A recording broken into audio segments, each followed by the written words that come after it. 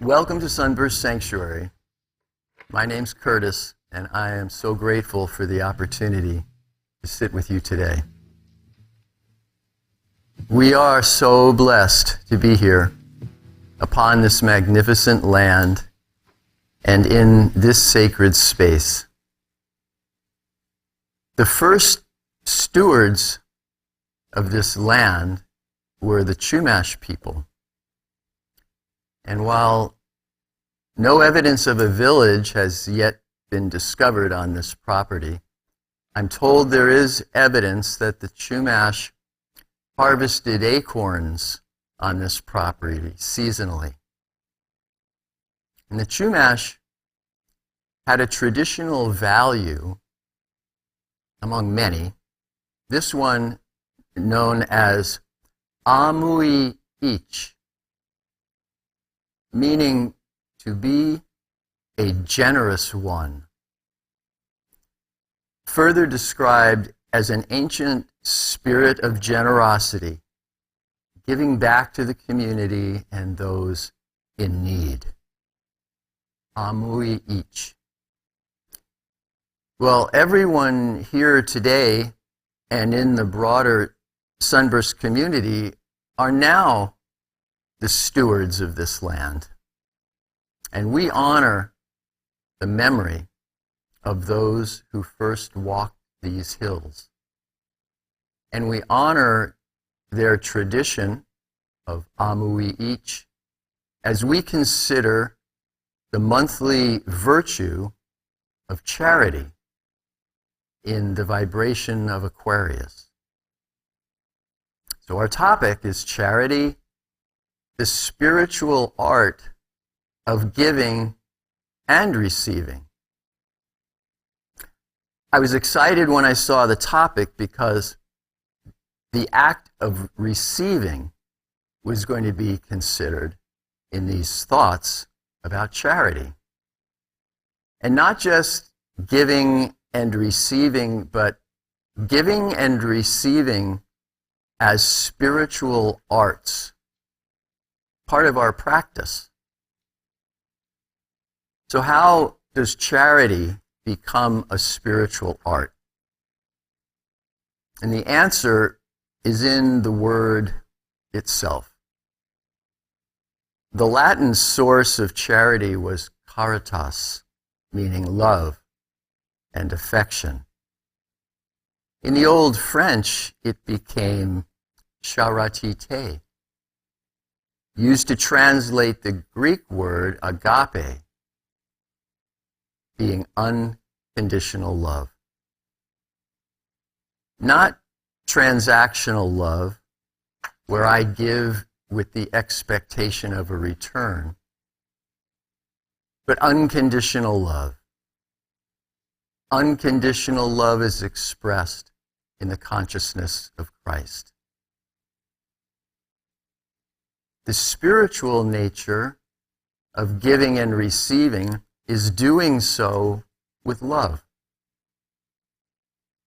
And this can start where life on earth for humanity begins with our breath.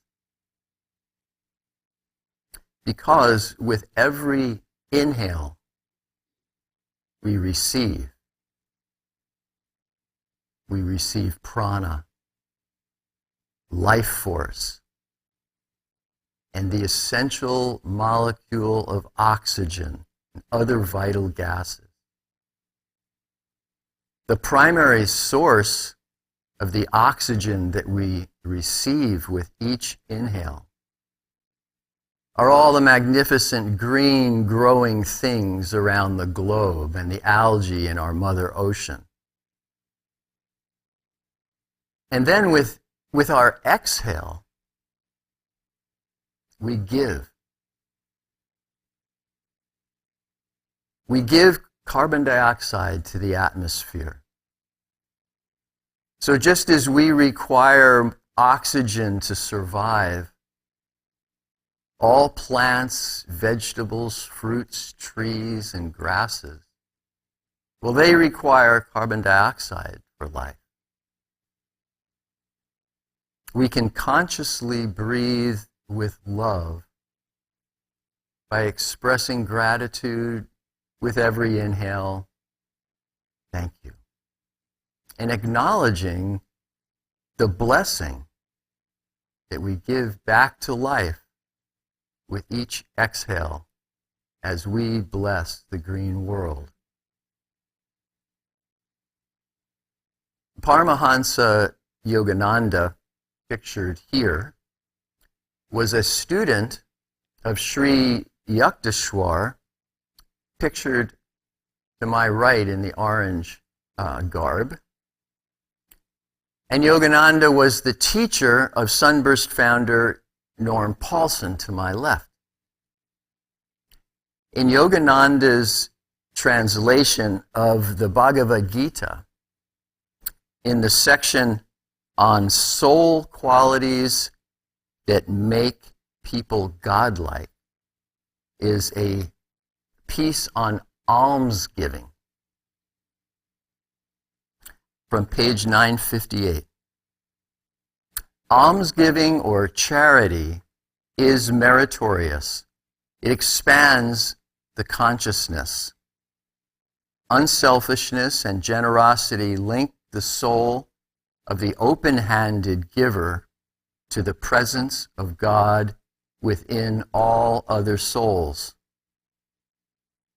It destroys the delusion of personal ownership in this dream drama of life, whose sole possessor is the cosmic dreamer.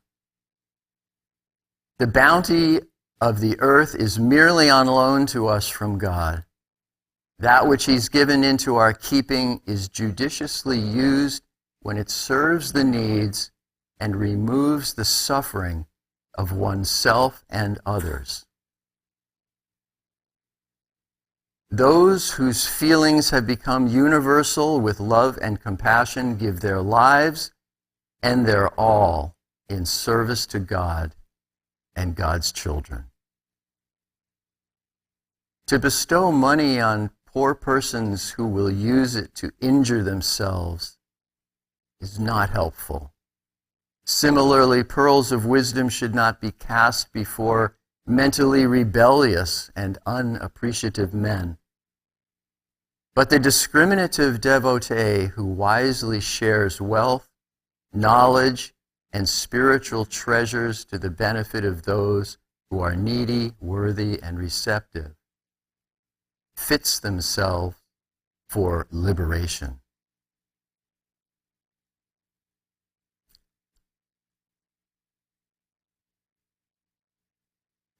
Charity helps us rise above transactional giving because it is giving without the expectation of a return. Selfless love, selfless service, karma yoga, the bestowal of grace upon another. Giving and receiving as a spiritual art was displayed by Jesus when the woman used expensive perfume to wash his feet. This reading is from another work of Paramahansa Yogananda, The Second Coming of Christ, the resurrection of the Christ within you. And here, Yogananda quoted from the book of John. Then Jesus, 6 days before the Passover, came to Bethany, and there they made him a supper, and Martha served. Then took Mary, the sister of Martha, a pound of ointment of spikenard, very costly, and anointed the feet of Jesus, and wiped his feet with her hair. And the house was filled with the perfume of the ointment. Then saith one of his disciples, Judas Iscariot, who would betray him, Why was not this ointment sold for 300 pence and given to the poor? This he said, not that he cared for the poor, but because he was a thief. Jesus said, Let her alone. Against the day of my burying hath she kept this. For the poor always ye have with you, but me ye have not always. Yogananda explained, Jesus bestowed his recognition upon the woman's perpetual honor for one reason only. The sole reason that ruled his every action on earth. This was his instancy of acceptance that God alone can be the highest goal of life. Good works for the poor, compassion for the suffering, can only complement, but not supplant, our need for acknowledgement of dependence upon our Creator.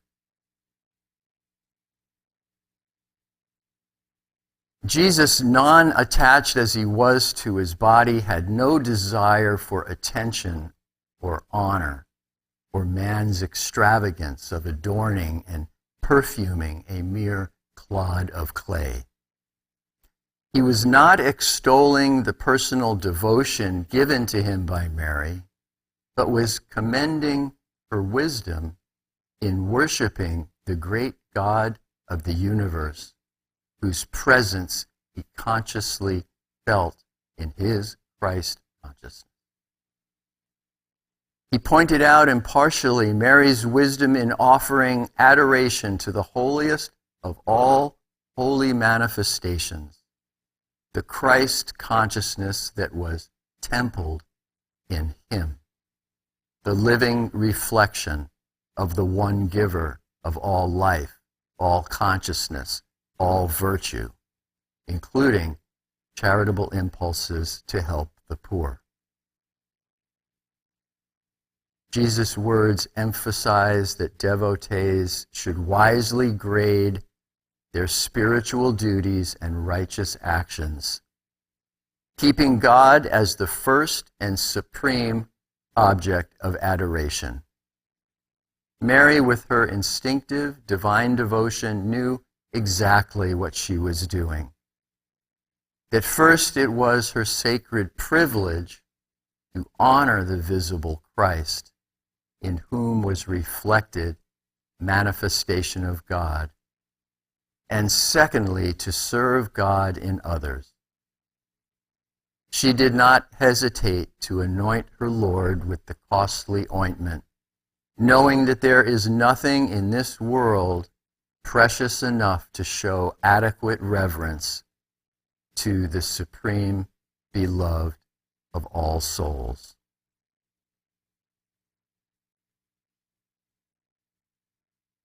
There is only one problem in human life: establishment of unity with God.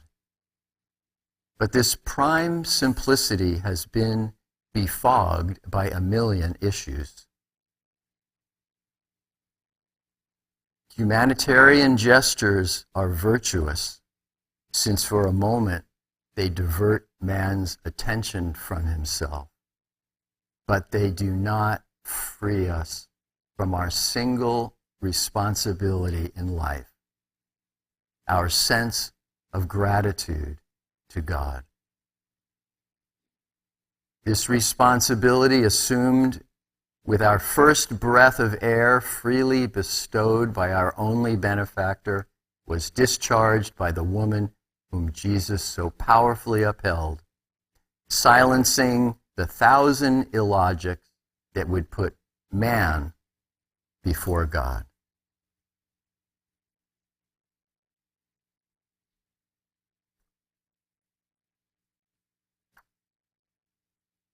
Giving with love, receiving with expressed gratitude. And let us now prepare for our 15-minute silent meditation. If you're new to meditation, please just relax, sit up straight, feet flat on the floor, shoulders down and back, chin tucked and parallel to the floor. Breathe deeply, breathe slowly. If the mind gets busy, you can count silently on the inhale. 1, 2, 3, 4. Pause for the 4 count. Exhale. 1, 2, 3, 4. Pause again for the 4 count before the next inhale. With eyes closed, look out through the eye of the soul just above the brow. You may use the peace of this silence to express gratitude, devotion to spirit, and to pray as you are comfortable.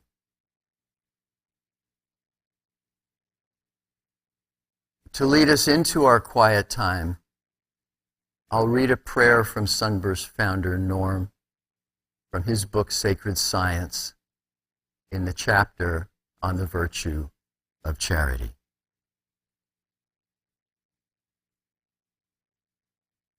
O divine giver of life, may I become a true recipient of your cosmic healing forces. And then may I join you in helping others wherever I can. May I always remain true and transfixed upon your light and presence within me. You are the essence of my being, my own pure self within. I acknowledge that I must receive you before I can truly give. Take me within, O Christ, and embrace me. Yes, then I will surely be able to follow you and realize how blessed it is to give rather than to receive.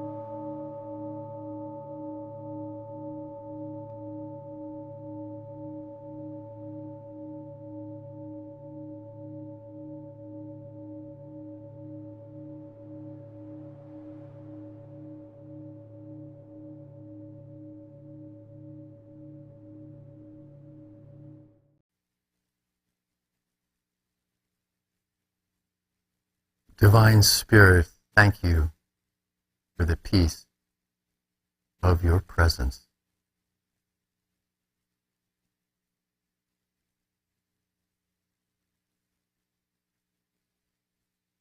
Giving with love, receiving with expressed gratitude.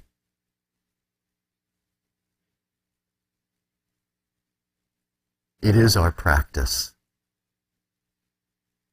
We can always give a smile, a helping hand, an encouraging word.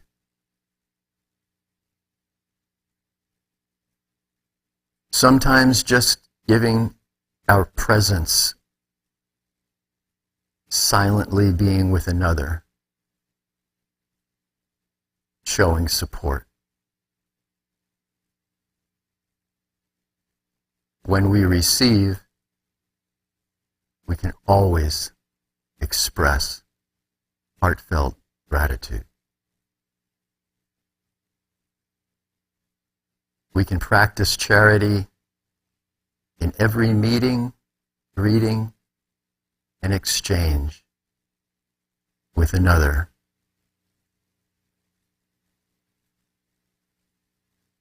And silently through our breath.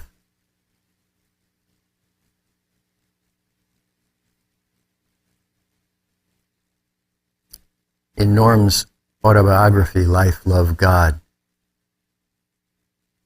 talks of meeting a spiritual teacher by the name of Mary May Meyer in Los Angeles. He was introduced to her by his close friend and companion at Mount Washington during his time with Yogananda. His friend's name was Dan Boone. Sometime after this meeting between Norm and Dan and Mary May, a remarkable thing happened. Mary May this would have been 1950.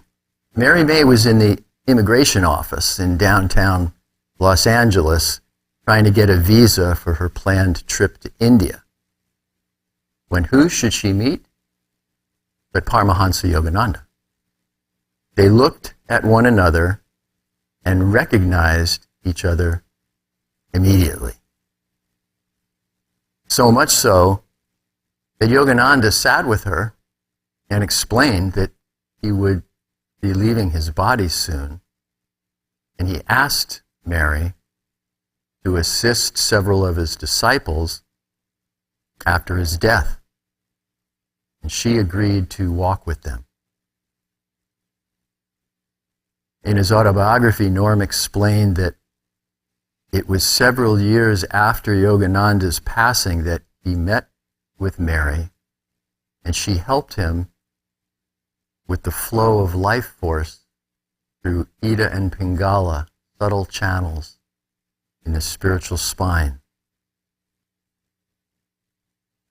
Mary went on to open a spiritual center at Mount Shasta, and she helped many, many, many souls over the years. She had a famous expression, and it was, "Good is never lost." Good is never lost. And this has actually helped me as I try to practice charity. When my ego tells me that my efforts are not being appreciated as I think they should, or I'm doing something and no one is watching, something good, I remember that good is never lost, and my ego has nothing to complain about.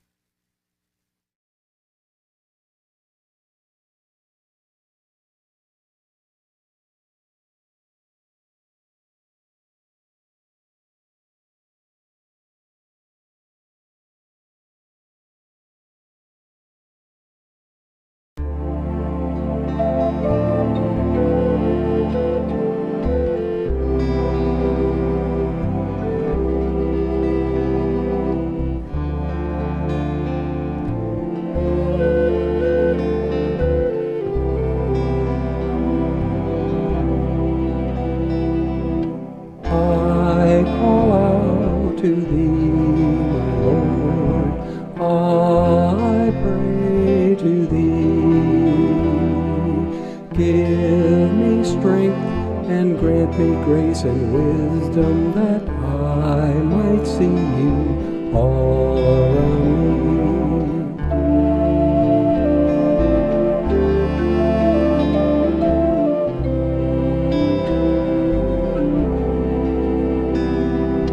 I call out to Thee, my Lord. I pray to Thee.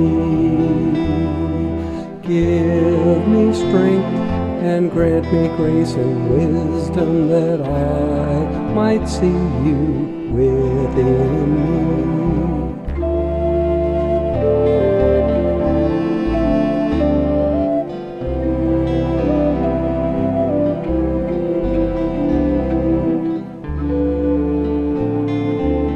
I want to see Your face.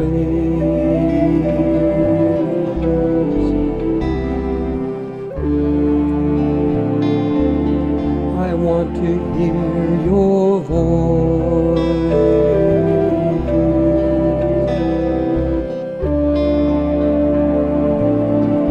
I want to feel Your touch.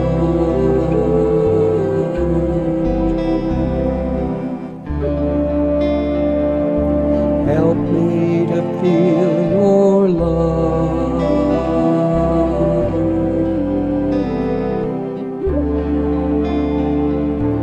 Help me to share Your love.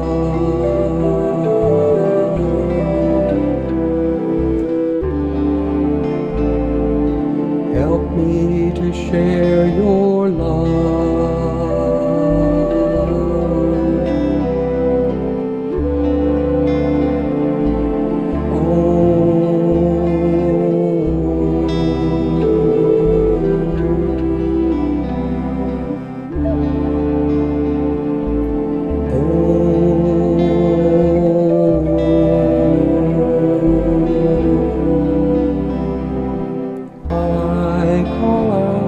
To Thee, my Lord, I pray to Thee. Give me strength and grant me grace and wisdom that I might see You all around me.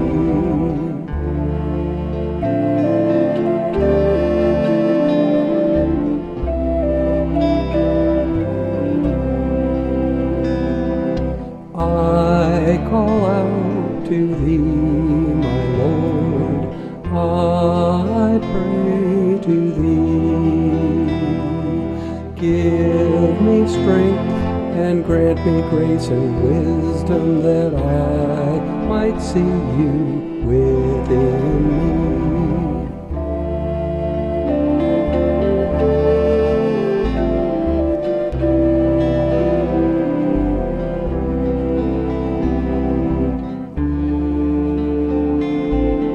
I want to see Your face.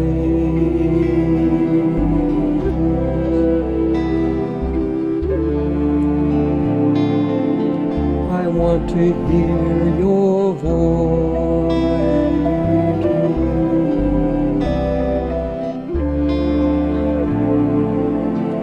I want to feel Your touch.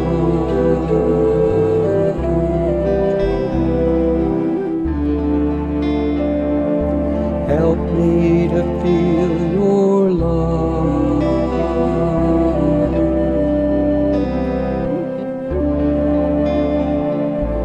Help me to share Your love.